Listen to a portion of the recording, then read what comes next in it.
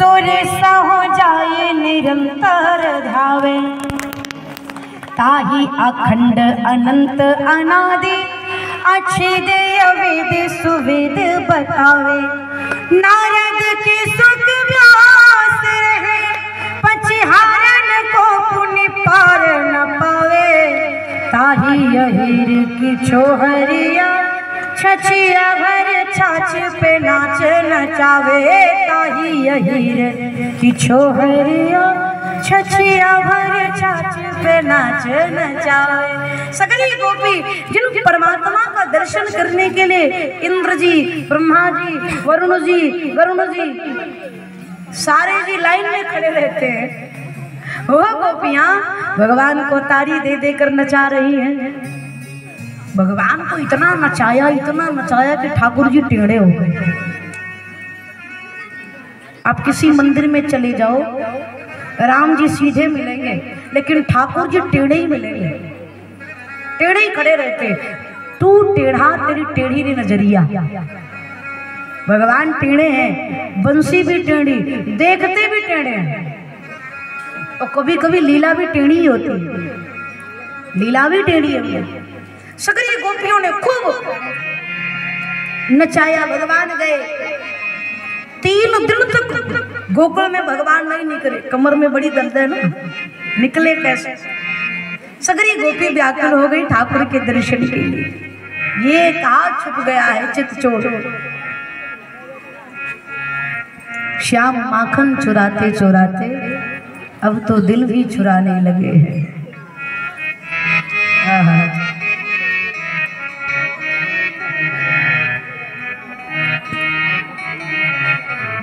भगवान भी प्रमोशन हुआ है ठाकुर जी का।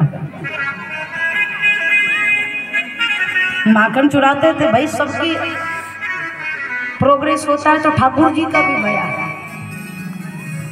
श्याम माखन चुराते चुराते अब तो दिल भी चुराने लगे हैं। श्याम माखन चुराते चुराते भी चुराने लगे।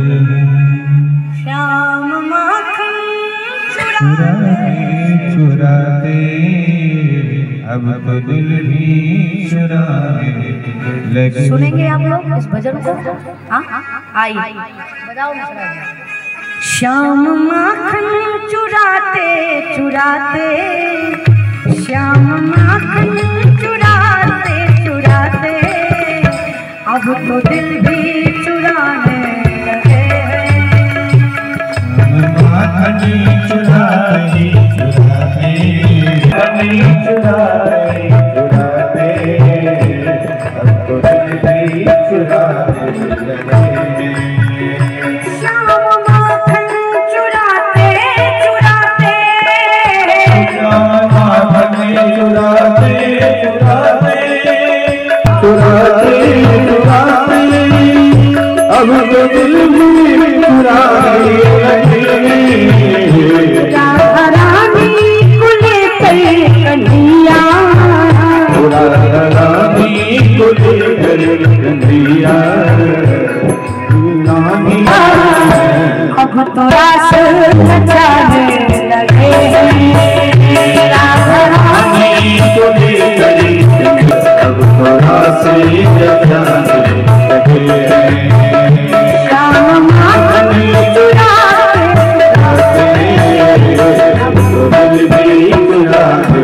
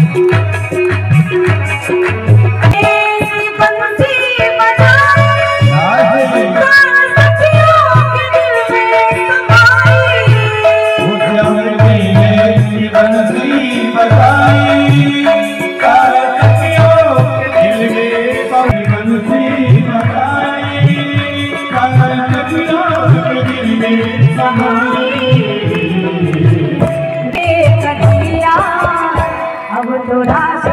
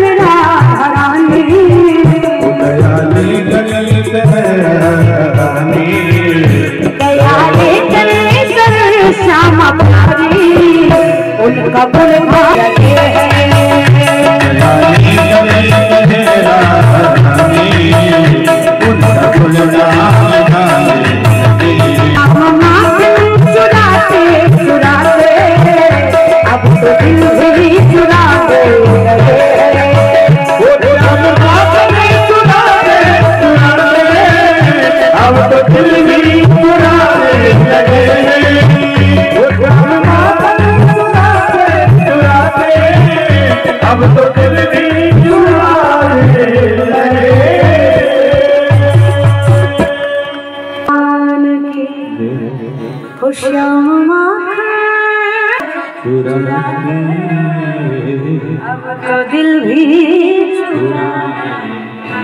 सगरी गोपियां बावरी होकर के सगरी गोपी एकत्रित हो गई।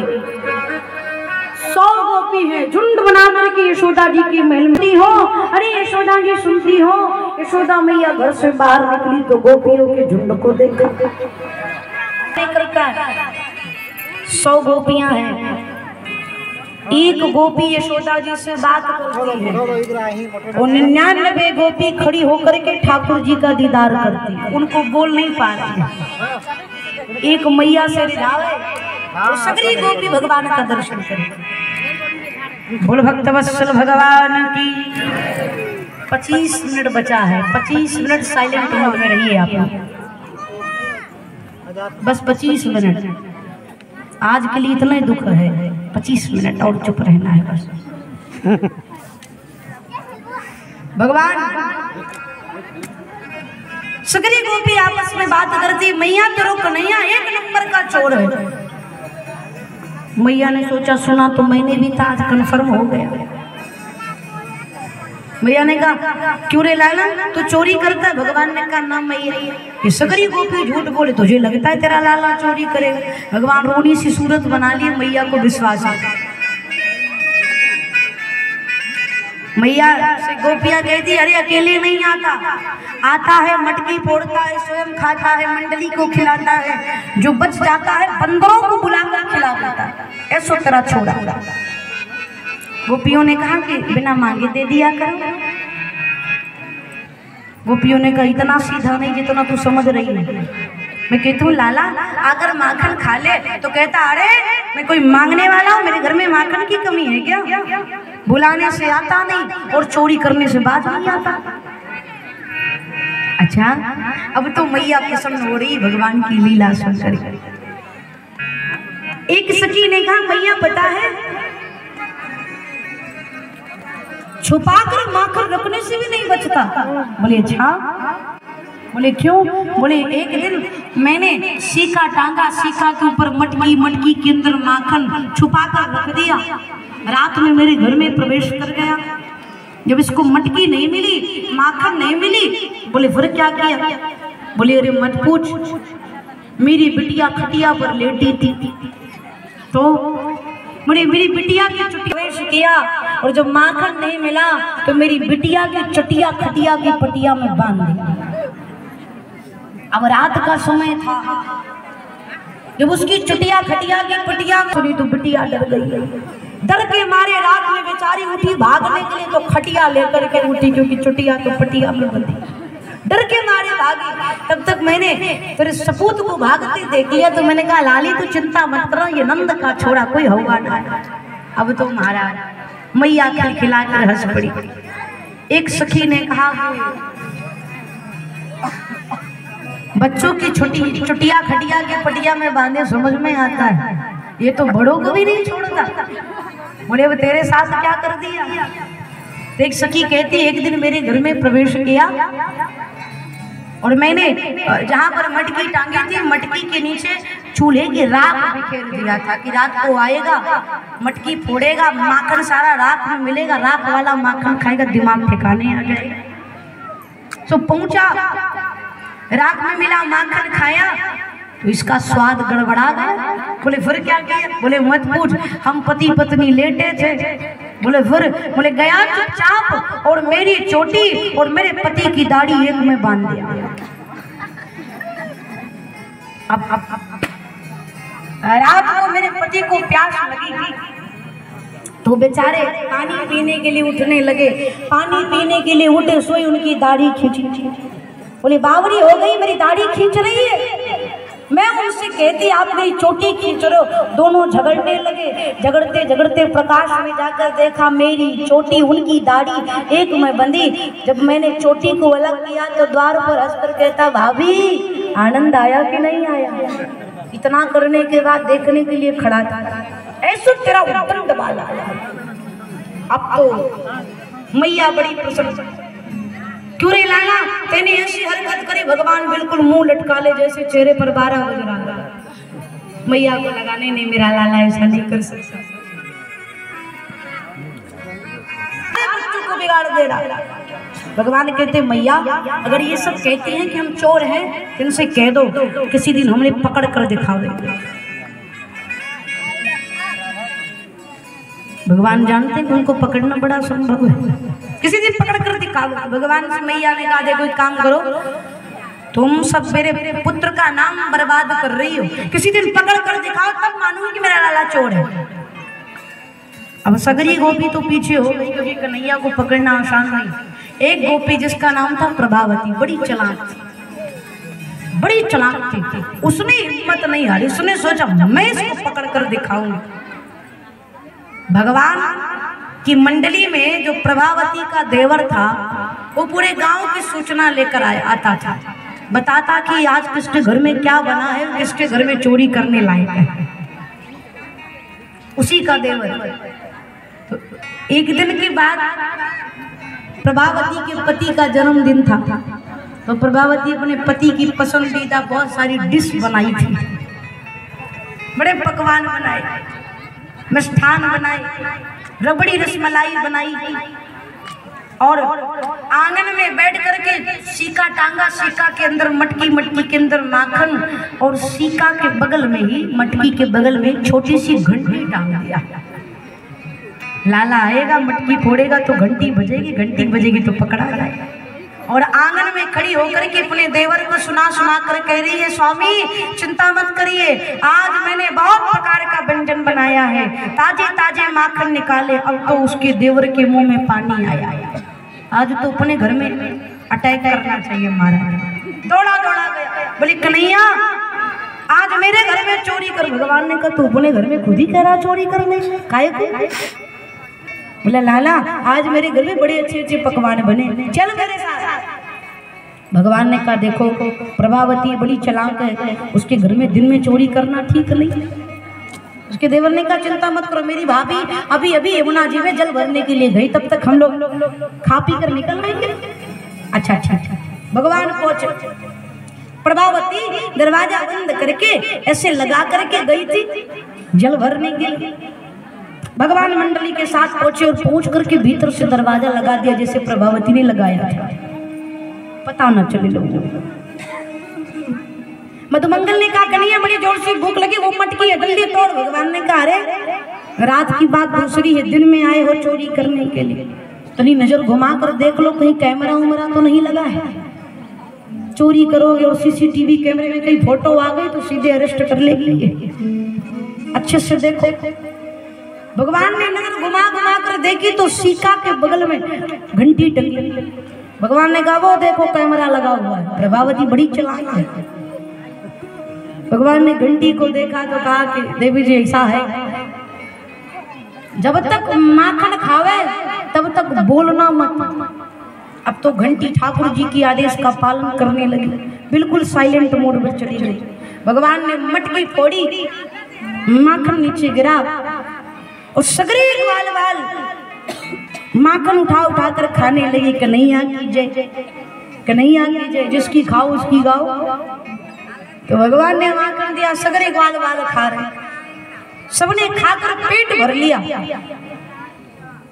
थोड़ा सा माखन बचा, सब खा करके मुंह साफ करके हाथ साफ कर लिए। बोले लाला अब जो बचा है तू खा ले। भगवान ने कहा चलो मेरी याद तो आई। थोड़ा सा माखन बचा था, जैसे भगवान ने माखन उठा करके मुख में लगाया, इधर प्रभावती की एंट्री हुई और उधर घंटी बज गई। अब जैसे घंटी बजी वैसे प्रभावती की एंट्री हुई। अब तो प्रभावती दौड़ करके, चोर घुस गए, अलार्म बज गया, मतलब चोर आ गया। दौड़ करके जाकर देखा तो सारे ग्वाल वाल खड़े हैं, लेकिन माखन केवल भगवान के हाथ में और मुंह में लगा है, सबका क्लीन है। प्रभावती दौड़ करके गई, भगवान का हाथ, चल कन्हैया रंगे हाथ आज तुझे पकड़ी, चलकर तेरी मैया से शिकायत करूं। भगवान ने कहा मैंने अकेले नहीं खाया, ये लोग भी खाए। जब कोई एक फंसता है तो सबको ले डूबता है। किसी गैंग का एक व्यक्ति पकड़ लो पर सबका नाम बताए, हम अकेले थोड़ी मरेंगे, तुमको भी लेकर डूबेंगे। भगवान ने कहा मैंने अकेले थोड़ी खाई, ये सगरे मिलकर के खाए। प्रभावती ने कहा मुझे किसी और से लेना देना नहीं, किसी के चेहरे पर हाथ में माखन नहीं लगा सिवाय तेरे छोड़कर, चल तेरी मैया से बताता। अब तो महाराज, भगवान ने कहा 1 मिनट हिसाब चुकता करती चल। भगवान ने घंटी से कहा देवी जी हमारी तुम्हारी कोई दुश्मनी? घंटी ने कहा नहीं प्रभु हम तो आपके भक्त हैं। भगवान ने कहा तो सगरे ग्वाल वाले माखन खाए, तब तो मेरी आज्ञा का पालन की, चुपचाप बैठी रही। और जैसे मैंने थोड़ा सा माखन खाया सो टनटनाने लगी, बजने लगी, काय को? तो घंटी कहती है नाथ मैं आपकी दासी हूँ, मेरा जन्म धरती पर इसीलिए हुआ है कि जब जब ठाकुर भोग लगा और मैं बजू ना तो मेरा जीवन निरर्थक है, तो दुनिया में आई इसीलिए। भगवान प्रभावती ने चल दिया। तो हमारे उत्तर प्रदेश में प्रथा है जब बहुएं घर से बाहर निकलती तो घूंघट करके निकलती, यूं लंबा। अब प्रभावती ठाकुर जी का हाथ पकड़े लेकर जा रही थी। जितने बाल बच्चे थे नगर में गोकुल के, बड़े बूढ़े सब पीछे लग गए। कन्हैया पकड़ा गया, कन्हैया पकड़ा गया, कन्हैया पकड़ा गया, मतलब बहुत बड़ी बात है। ठाकुर जी पकड़े, अरे यशोदा सुनती हो, देखो मैंने तेरे कन्हैया को रंगे हाथ पकड़ा। मैया बाहर निकली तो खिलखिलाकर हंस पड़ी, बोली अरे बावरी तेरे घूंघट उठा कर तो दे। और जैसे बेचारी प्रभावती घूंघट उठाई, यशोदा जी के बगल में कन्हैया और उसके हाथ में उसके ससुर जी का हाथ। भगवान ने अपना हाथ छुड़ाया, उसके ससुर का हाथ पकड़ा दिया। मैया ने कहा रे बावरी चोरी तेरे ससुर ने करी, शिकायत मेरे घर में लेकर आ गई। भगवान ने कहा प्रभावती सावधान, मुझसे मत उलझना। प्रभावती बेचारी मुंह लटका कर भगवान गोपियों के आह्लादित करने के लिए, आनंदित करने के लिए, माखन चोरी के लिए ला करी। एक दिन मैया यशोदा भगवान को गोद में लेकर लाड लड़ा रही थी। भगवान ने पूछा मैया तो एक बात बता, तुझे दूध प्यारा है कि पूत? मैया ने कहा लाला ये भी पूछने की बात है, मुझे तो मेरा पूत ही प्यारा है, तो मेरी आंखों का तारा है, तो मेरा राज दुलारा है। भगवान ने कहा मेरी मैया तो मुझे बड़ा प्रेम करती, दूध से कौन प्रेम कर, दो तो अपने लाल से प्रेम कर। थोड़ी देर बीता, 2-4 मिनट, तो भगवान ने कहा मैया चूल्हे पर दूध रखी, वो उफनने वाला है, बह जाएगा। सो मैया भगवान को जमीन पर पटक कर दूध उतारने के लिए चली गई। भगवान ने कहा अभी तो बड़ी बड़ी बातें कर रही, तू मेरी आंखों का तारा, तू मेरा राज दुलारा, तू मेरा लाल, तू मेरा लाला, और अभी दूध के चक्कर में पूत को पटक दी। ये ठीक नहीं हुआ, ये दूध मैया से अलग कर दिया। भगवान ने 2 हाथ की डंडी उठाई और जितना आंगन में यशोदा जी के सास के जमाने की मटकी रखी थी, सब भगवान चटा करके तोड़ दिया। अब जब मैया दूध उतार करके आई, सोची पूत को लाड लडालू, देखा तो दूध दही की नदी बह गई, पूरी मटकी फटी। मैया प्रसन्न हुई, सोचने लगी गोपियां ठीक ही कहती थी, जब ये अपने घर में ऐसा कर सकता है तो पड़ोसी के घर में क्या क्या करता होगा। लेकिन फिर सोचा कि अगर आज मैंने इसको दंडित नहीं किया, आज मैंने इसको दंड नहीं दिया तो उद्दंड हो जाएगा। जीवन में एक सूत्र याद रखिएगा, कथा संकेत करती है, आजकल के जमाने के बच्चों के भीतर अगर संस्कार देना है तो मात्र 10 वर्ष। 10 वर्ष में जो आपने अपने बच्चों को सिखा दिया वही जीवन पर्यंत रहेगा। 10 वर्ष तक अगर आप ये कहते हुए टाल दो, अभी बालक है, अभी बच्चा है, आराम से समझेगा, कभी नहीं समझ सकता। 11-12 वर्ष के बाद तुम्हें समझाना शुरू कर देगा। आप लोग जानते होंगे मोबाइल, 4 महीने का बच्चा रो रहा हो, मोबाइल चलाकर रख दो, चुप हो जाएगा, तुरंत चुप। कितना जानकार है। बच्चे हाथ में फोन लेकर के टिपिर टिपिर कर देते, माई बाप समझ में नहीं पाते क्या हो गया, बिगड़ता है तो कहते हैं बेटा जरा देख इसमें क्या हो गया।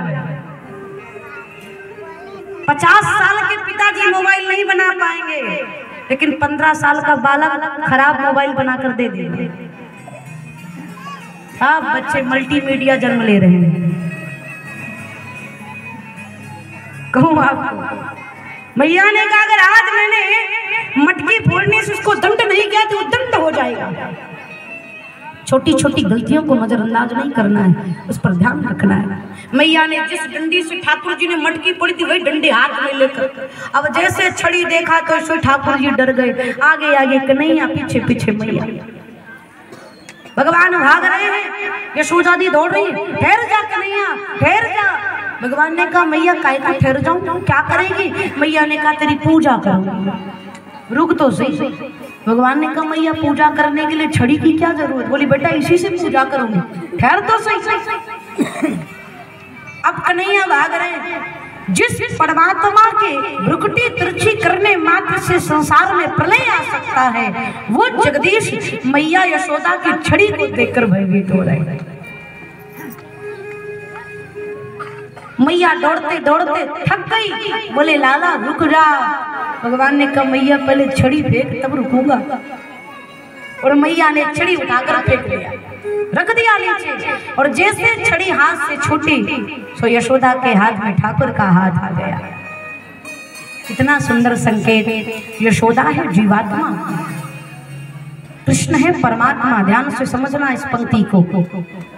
यशोदा जीवात्मा है, कृष्ण परमात्मा है, और वो छड़ी अहंकार का प्रतीक है।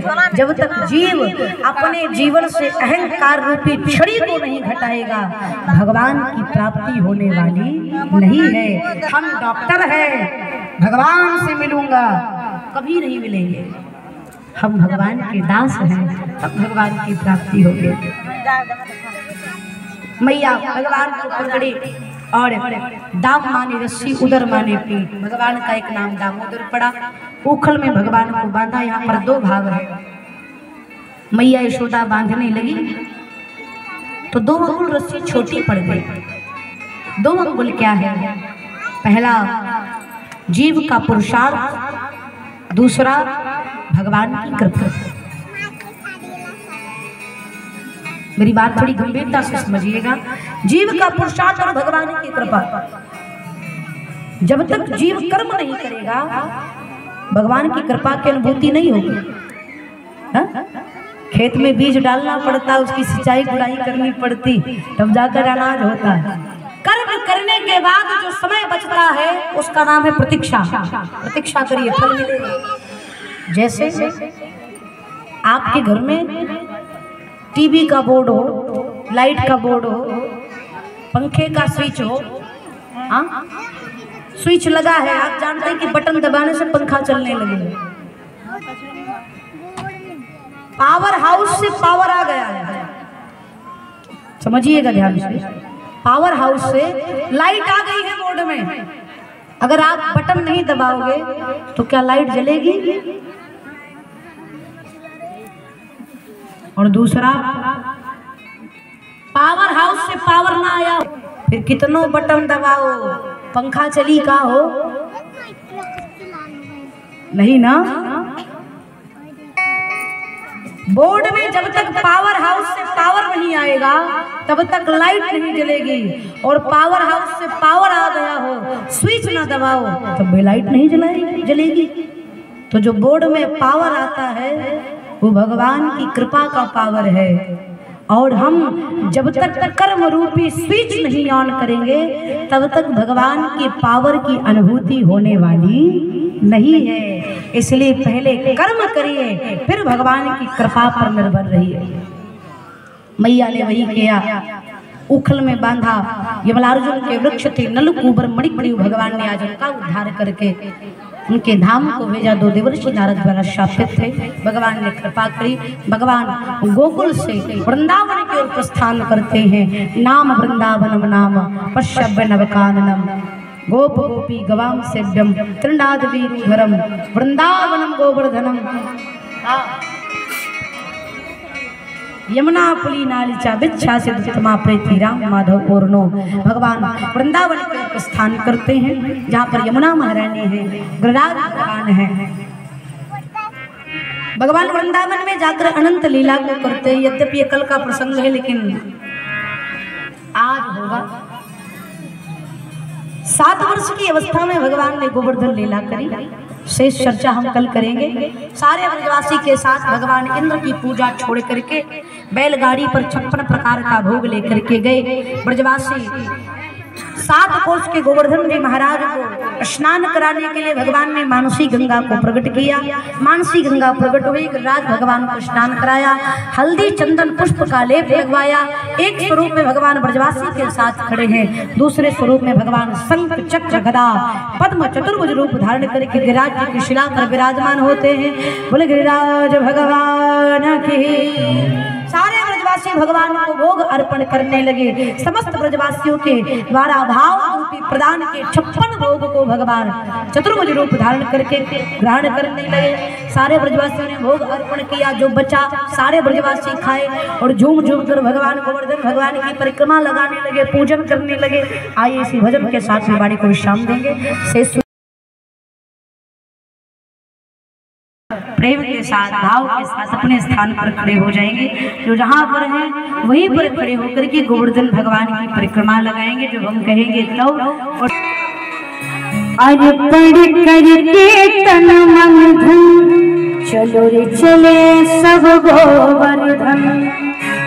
राधे राधे बोल करे, राधे राधे बोल करे, हाँ राधे राधे बोल करे, राधे राधे बोल करे, तेरे परिक्रमा डोल करे।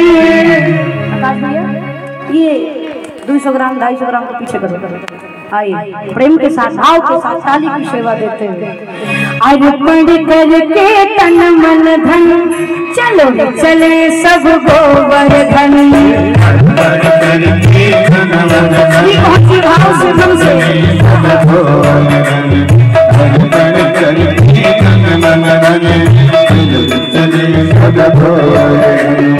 राधे राधे बोल करे, राधे राधे बोल करे, राधे राधे बोल करे, राधे राधे बोल करे, तेरे परिक्रमा डोल करे। अर्पण करके तन मन धन, चलो चले सब